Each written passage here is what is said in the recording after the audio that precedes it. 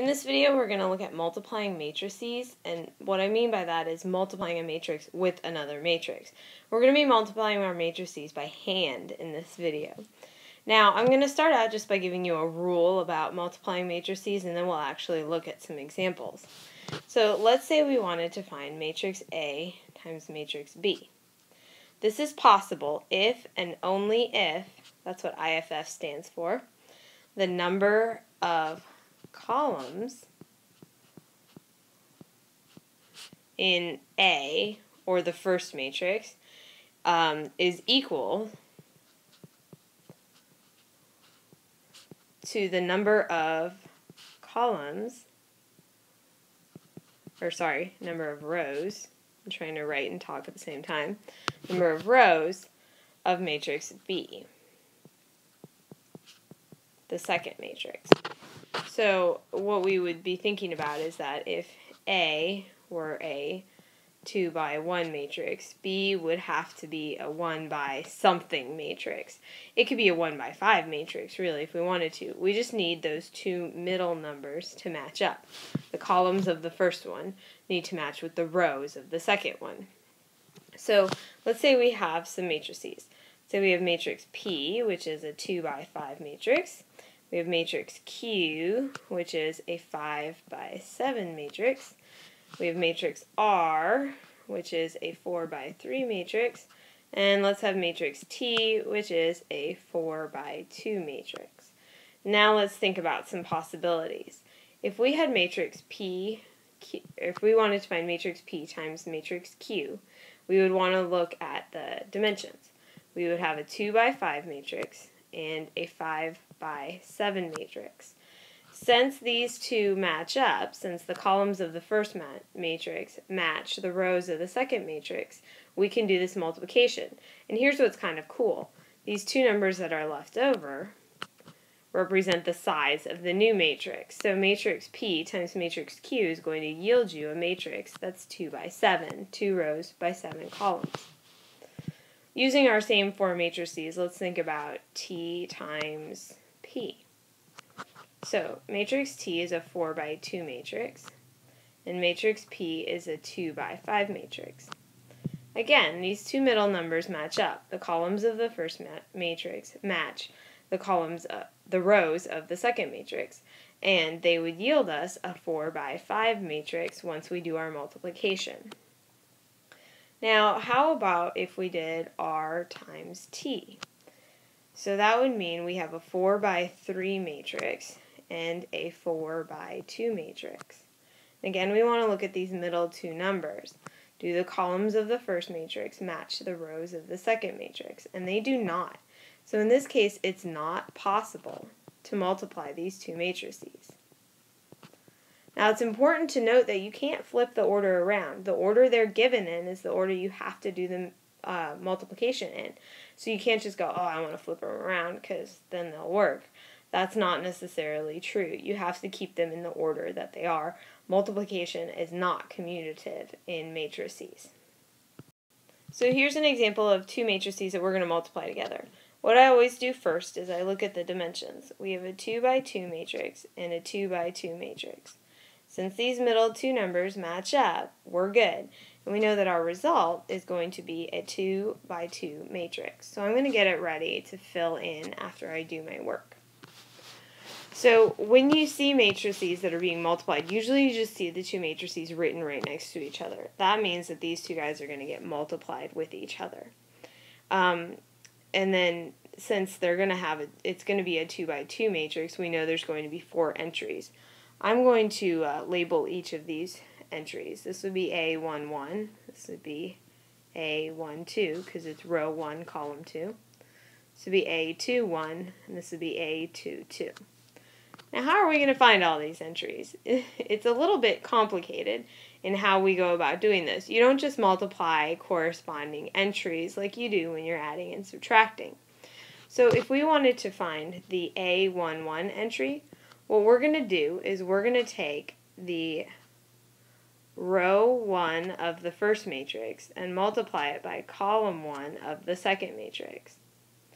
Then to find A12, we're going to do row 1 of the first matrix and multiply it by column 2 of the second matrix. When we want to find A21, we're going to do row 2 of the first matrix and multiply it by column 1 of the second matrix. And then when we find A22, we're going to row 2 of the first matrix multiplied by column 2 of the second matrix. Now, what does that actually look like? Alright, let's try it. A11, the first entry in our matrix, is going to be row 1 of the first matrix multiplied by column 1 of the second matrix. Now here's what that looks like. That means 1 times 5, and then we're also going to multiply the other entries, 2 times 7. We're going to add these two things together. So 1 times 5 plus 2 times 7 is going to get us that A11 entry. So that's going to give us 5 plus 14, which is 19. So in our final matrix here, we know we're going to have a 19 right there. Alright, so the next entry that we're going to look at is A12. That means row 1 of the first matrix by column 2 of the second matrix. So that means we're going to do 1 times 6. We're going to add it to 2 times 8. So that gets us 6 plus 16, which gets us 22. And that's going to get us our next entry. Alright, we still have a couple more left to go, so we have A21. Remember, that means row 2 of the first matrix times column 1 of the second matrix. And that's going to be 3 times 5 plus 4 times 7, which is going to be 15 plus 28, which is going to be 43. So that's our next entry. And we have one last entry to go. So for that last entry, A22, we're going to do row 2 of the first matrix multiplied by column 2 of the second matrix. We're going to get 3 times 6 plus 4 times 8, which is going to get us 18 plus 32, which is going to get us 50. So our very last entry is 50, and that's our product of those two matrices. Yeah, it was kind of a lot. But you can see how you can use some common sense when you're doing this. If you're finding the 1, 1 entry, you're using row 1, column 1. And that's why those columns and rows need to match up. You need to have the same entry, same amount of entries to multiply with each other. Add those together, and that gets you your final entry. So here we have matrix A and matrix B. Before we actually do anything, let's go ahead and think about the dimensions of these two things. This is a 2 by 3 matrix, and this is a 3 by 2 matrix. So in this case, we can think about, let's just start out simple. Let's find the product A, B. That would be matrix A times matrix B. So that would be a 2 by 3 matrix multiplied by a 3 by 2 matrix. The columns of the first matrix match the rows of the second matrix, so we can actually do this product. And when we do it, we're going to end up with a 2 by 2 matrix. So I'm going to make my 2 by 2 matrix over here and get it ready to go. We have 1, 2, 3, 4 entries that we need to consider. Now, remember, I'm going to rewrite these two things next to each other since we know it's possible. Matrix A times matrix B.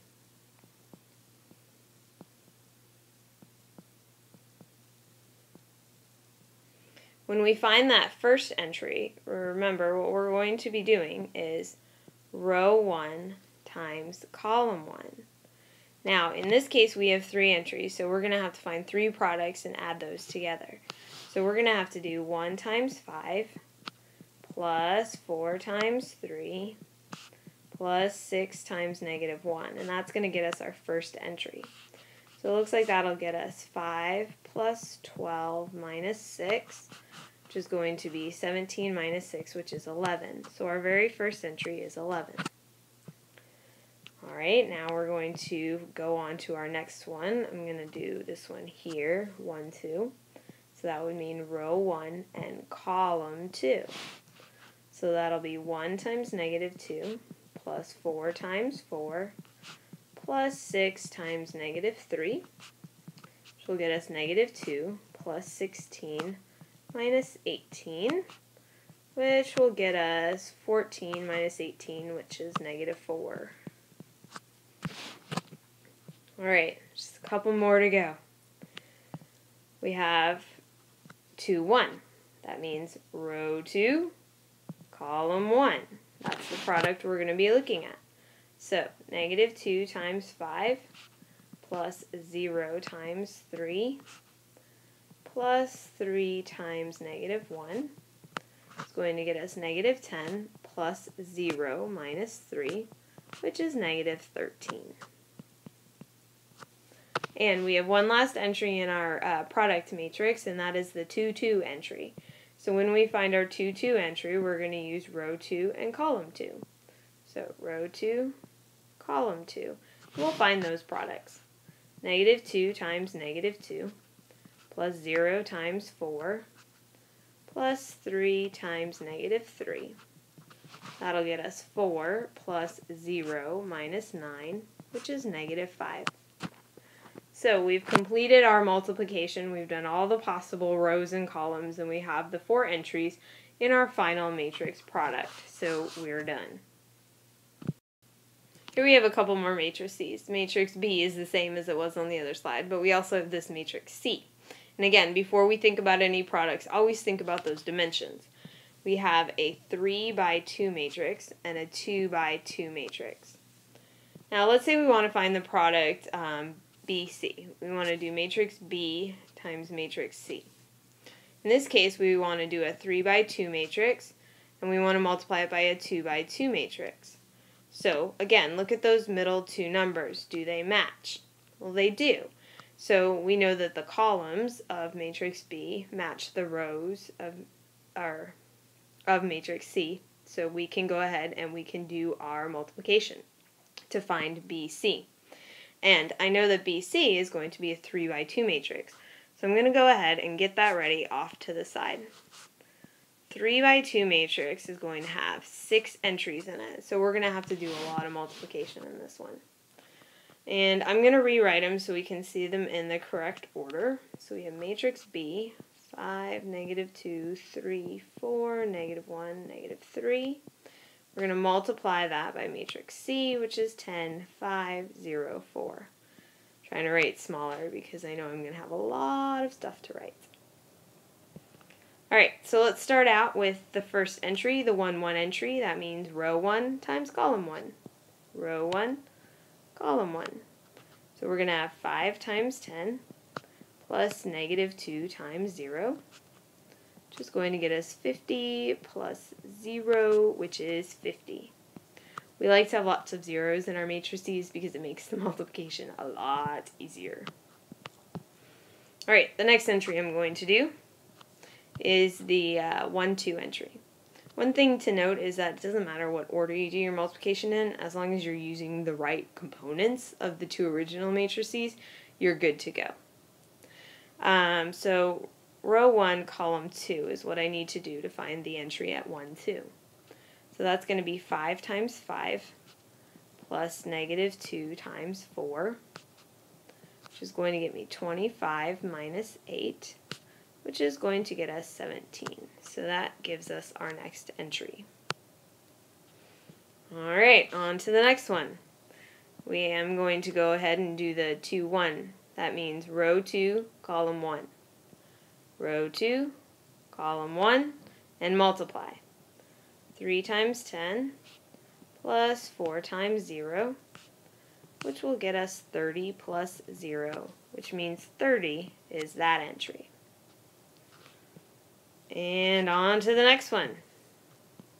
Let's do 2, 2 next. That means row 2, column 2. So, row 2, column 2. That means we're going to do 3 times 5 plus 4 times 4, which is going to be 15 plus 16, which is 31. I'm going to run out of colors, man. Alright, we still have 2 entries left. We have the 3, 1 entry. That means row 3, column 1.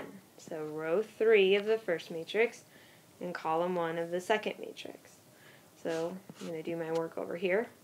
That means I have negative 1 times 10 plus negative 3 times 0, which is negative 10 plus 0. So that entry is negative 10. And we have one last one to go. It looks like that is the 3, 2 entry. So that would mean row 3, column 2. So we would have negative 1 times 5 plus negative 3 times 4, which is negative 5 minus 12, which is negative 17. And we're done. All of that multiplication, we got it. We started out with our 3 by 2 matrix times a 2 by 2 matrix and ended up with a 3 by 2 matrix. Alright, 2 more matrices. Again, before I ask you to do anything, the very first thing you need to do is identify your dimensions. A is a 2 by 3 matrix, and C is a 2 by 2 matrix. So the first thing I want to think about is, hey, let's find the product AC. Let's find matrix A times matrix C. That would mean we're going to take a 2 by 3 matrix, and we're going to multiply it by a 2 by 2 matrix.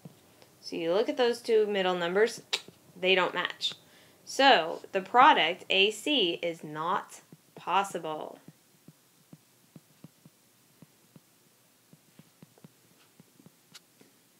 Now, a whole separate problem could ask you about the product of C times A.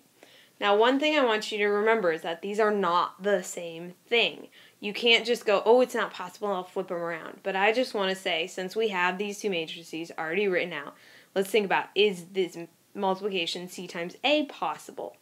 So again, we want to look at our dimensions. If we're doing C times A, now we're doing a 2 by 2 matrix, and we're multiplying it by a 2 by 3 matrix.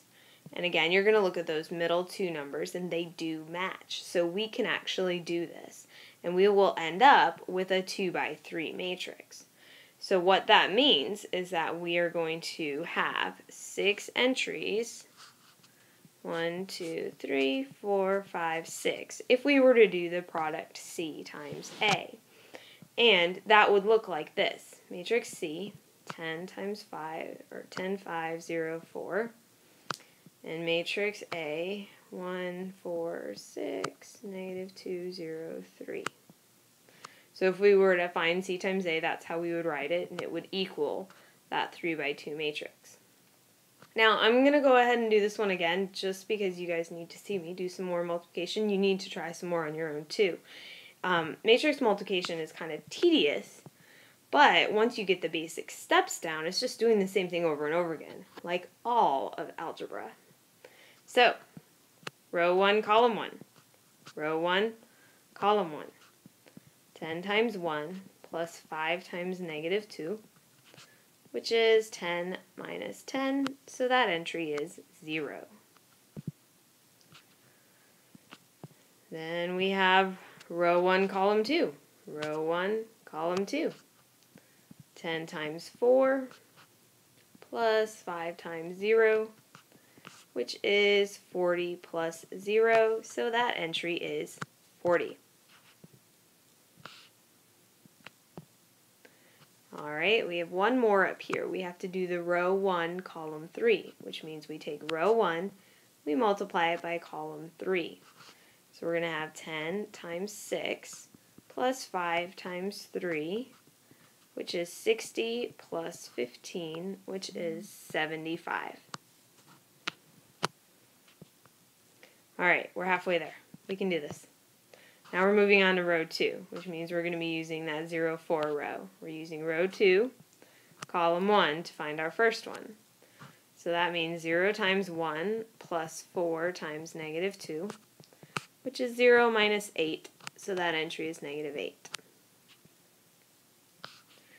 And row 2, column 2 will get us this entry on row 2, column 2. And that will be 0 times 4 plus 4 times 0, which is, hooray, 0. That one was easy. And one last one to go. We have row 2, column 3. So we have 0 times 6 plus 4 times 3, which will get us 0 plus 12. So our final entry is 12. Now, you'll notice I've been writing down all my steps, and once you get better at matrix multiplication, you might not have to write down all of your steps, but make sure you're really careful that you're keeping track of all those products and all those sums in your head, because there's a lot of little components that can mess you up big time. And think about a computer program. If you had to use an array and even just one number was off, it would mess up all of the subsequent calculations. So it's really important for us to keep track of what we're doing rather than just relying on our short-term memory. Back with matrix A and matrix C. Again, I'm just using these same matrices again and again and again. Putting in different numbers isn't going to change the steps that we're doing. And if we recall, matrix A was a 2 by 3 matrix and matrix C was a 2 by 2 matrix. Now I'm going to ask you about two kind of interesting products. A squared. Well, what does that mean? That means matrix A times matrix A. So that would mean a 2 by 3 matrix times a 2 by 3 matrix. And if we look at these inner two numbers, the columns of the first matrix do not match the rows of the second matrix. So A squared is not possible.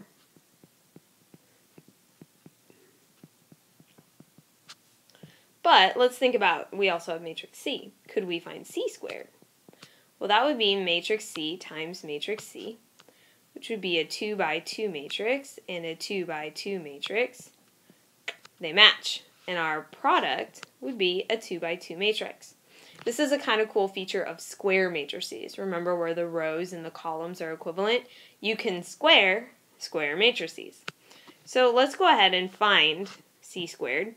I'm going to get a matrix ready for it. We know it's going to be 2 by 2, so we know it's going to have 4 entries. And C squared would look like matrix C, 10, 5, 0, 4, times matrix C, 10, 5, 0, 4. So I'm going to caution you. Think about all of the steps we're going to do to find these little entries. We're going to have to do a lot of multiplication. And you can't just square each individual entry and say, that's C squared. When you do matrix multiplication, it doesn't work that way. You have to consider those rows with those columns, and you're going to see our product is not just the square of all of those things. So let's actually do this product. I want you guys to see what that would look like. If we're going to look at the 1, 1 entry, we're going to do row 1, column 1, which is going to be 10 times 10 plus 5 times 0. So that's going to get us 100 plus 0, so that one is 100. Now we need to look at our next entry, and our next entry is going to be row 1, column 2. Row 1, column 2. So we have 10 times 5 plus 5 times 4, which is 50 plus 20, which is 70. And you can see that is so not 5 squared. That's why it's really important, though. If you're squaring a matrix, you have to think about what you're doing. You're actually multiplying those two matrices together. You have to do a little bit of the legwork before you actually find that final product. Alright, 2 more entries. Matrix entry at row 2, column 1 means we use row 2 and column 1. So we're going to have 0 times 10 plus 4 times 0. Yay, an easy one. 0. And one last entry that we need to do, and that is the 2, 2 entry. So we use row 2 times column 2. We're going to do 0 times 5 plus 4 times 4, which is 16. So this example was a little bit misleading because it looks like those two entries are just squared, the 100 and the 16, but that's not the case. Remember, you actually have to do the whole product, so you can see, particularly with that 70, it's not just squaring all the terms. When you're squaring matrices, you're doing this actual product, matrix C times matrix C.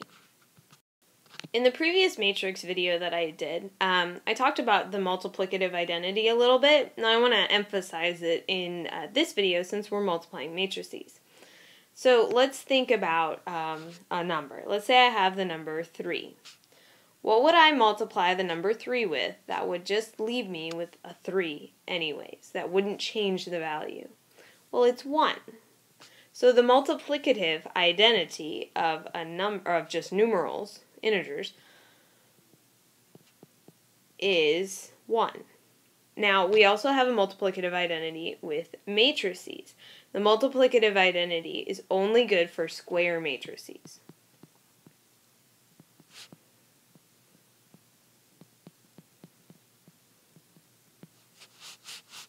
I can't spell, sorry.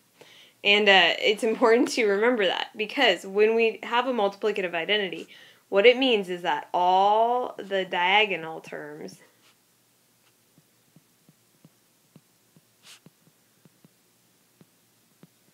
are 1 and everything else is 0. So what would that look like? Let's say we have a matrix that's a 3 by 3 matrix. 1, 2, 3, 4, 5, 6, 7, 8, 9.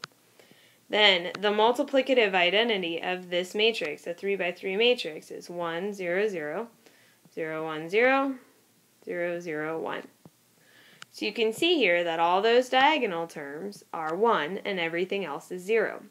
What it means now to have the multiplicative identity is that if we were to multiply these two matrices, we're going to end up with this exact same matrix. We're going to have that 1, 2, 3, 4, 5, 6, 7, 8, 9 matrix when we're done. Now let's think about it just in terms of dimensions. We know that we have a 3 by 3 matrix, and we're multiplying it by a 3 by 3 matrix, and our result has to be a 3 by 3 matrix. So this is already starting to look good, right? We know that once we do all of our multiplication, we're going to have 9 entries at the end. So just to start thinking about this, if we were to do row 1 times column 1, think about the products that you would have. You'd have 1 times 1 plus 2 times 0 plus 3 times 0. Well, these two are just 0, so all you're going to have is 1. Alright, let's look at another one. Say we have row 1, column 2. Now you're going to have 1 times 0 plus 2 times 1 plus 3 times 0. And those are going to be 0, and you're going to be left with just the 2. And again, if we continue on a little bit, row 1, column 3, we're going to have 1 times 0 and 2 times 0 and 3 times 1. Those are 0, so you're left with 3. And it works for the other rows and columns too. If we move down to row 2, we're going to have 4 times 1 plus 5 times 0 plus 6 times 0. Those will go away, and you're left with 4.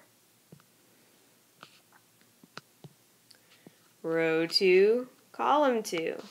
Now again, I'm not going to write this step down. Actually, no, I will for this one. I'll stop writing after this. 4 times 0 plus 5 times 1 plus 6 times 0. All we have left is 5. Alright, row 2, column 3. Look at the 3 products you're going to have. 4 times 0, 5 times 0, 6 times 1. So that entry is going to be just 6. I'm running out of colors. I seriously don't have anything left except the ones I already used. Alright. Row 3, column 1. Look at the only one that's going to be left. 7 times 1. So that entry is 7. Row 3, column 2. 8 is the only one that is going to stay. So that one's 8. And row 3, column 3. 9 is the only thing we have left over. So that's what's kind of cool about the multiplicative identity. If you have that times a matrix, you know what the answer is going to be. It's going to be that original matrix. It doesn't change what's inside that matrix. I wanted to look at a couple other matrices because I was using the same sizes on those other ones. I wanted to look at a matrix that might only have one row or one column. So we have matrix D and matrix E. Matrix D is a 1 by 3 matrix, and matrix E is a 3 by 1 matrix. And this is kind of cool. If we were to do the product, let's think about the product E times D. This means we would be taking a 3 by 1 matrix and multiplying it by a 1 by 3 matrix. So if we look at our dimensions, they're good to multiply, and our resulting matrix would be a 3 by 3 matrix. So think about how big that is. It's pretty kind of interesting. You're taking those two smaller matrices, you're taking this little tiny E and multiplying it by D. And if you think about how we find each of those entries in the matrix, we're doing a lot of different products there, and we're going to end up with 9 entries in our final matrix. So just to give you an idea, row 1 times column 1, that's just negative 10. And if we were to do row 1, column 2, it's just negative 16. And if we were to do row 1, column 3, that's just negative 8. So even though this one looks like, oh my god, I'm going to end up with this huge matrix, it's really not that bad once you get down into the nitty-gritty details. Row 2, column 1 is just 5. Row 2, I'm not even changing colors now, is 8. Row 2, column 3 is 4. And, this is the best one. Come on, yellow. Alright. Row 3, column 1, 0. 0, 0. And even though those entries are 0, they're still valid entries. 0 is a number, guys, so it's still a 3 by 3 matrix. Now, in another world, in another problem, we're asked to find matrix D times matrix E. So let's think about how big this matrix would be. Matrix D is 1 by 3, and matrix E is 3 by 1. Well, they match, and we're going to be left with a 1 by 1 matrix. That means we're only going to have 1 entry. So here you can see how different it is, how the order really, really matters. You have to keep things in the order that you're given. And again, in computer programming, if you were to switch those two, you would end up with something totally different. That would totally crash whatever it was you were doing with your arrays. So matrix D times matrix E would look like 5, 8, 4... times negative 2, 1, 0. And we only have to do one product here, thank goodness, because I'm running out of colors, in order to find our 1 entry. Row 1 times column 1. So 5 times negative 2 plus 8 times 1 plus 4 times 0. It's going to get us negative 10 plus 8 plus 0, which is negative 2. And we're done. A matrix can have 1 entry. That's totally cool. It's also a little square matrix. It's a 1 by 1 matrix, and we are okay with that. We probably prefer that to the 3 by 3 matrices. So just to recap what we've been doing with our multiplying matrices, remember the rule for whether or not you can actually multiply them. The columns of the first matrix need to equal the rows of the second matrix. So if you had matrix A and it was 2 by 5, and you had matrix B, which was 5 by 7, and we wanted to find the product AB, what we would be doing is taking a 2 by 5 matrix and multiplying it by a 5 by 7 matrix. You want to look at those middle two numbers. They match, so this is possible. The columns of A match the rows of B. And the result of this multiplication is what's left over.